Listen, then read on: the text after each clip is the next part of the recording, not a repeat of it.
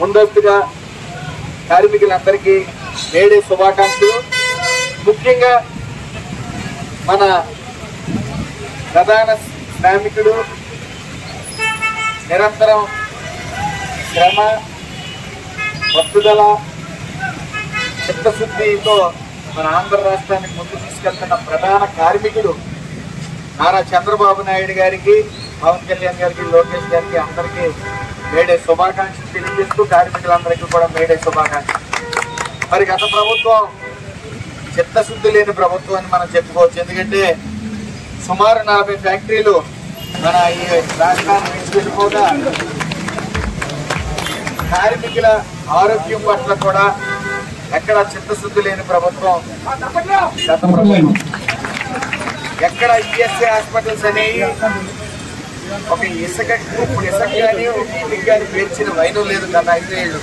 కానీ ఈ ప్రభుత్వం వచ్చిన తర్వాత ఎలపెంచిల్లో 30 బెడెడ్ హాస్పిటల్కి శంకుస్థాపన జరిగింది.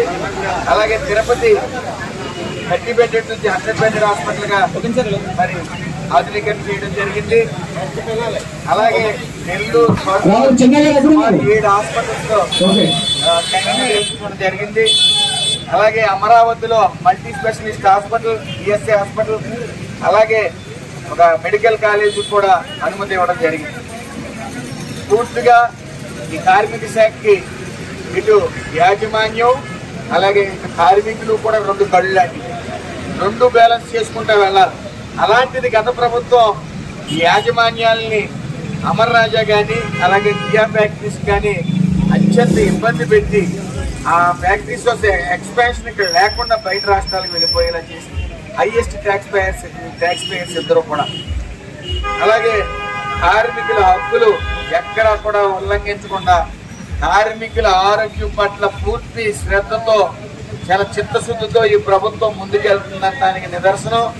సుమారు 2025-26 వార్షికోత్సవంలో రుణ ప్రణాళికలో ఎంఎస్ఎంఈల కోసం 1,25,000 కోట్లు కేటాయిస్తూ సీఎం గారు ఎస్ఎల్బిసి సమావేశంలో నిర్ణయించడం జరిగింది. అంటే సుమారు 20 లక్షల మందికి ఉద్యోగాలు ఇస్తామని మేనిఫెస్టోలో చేసి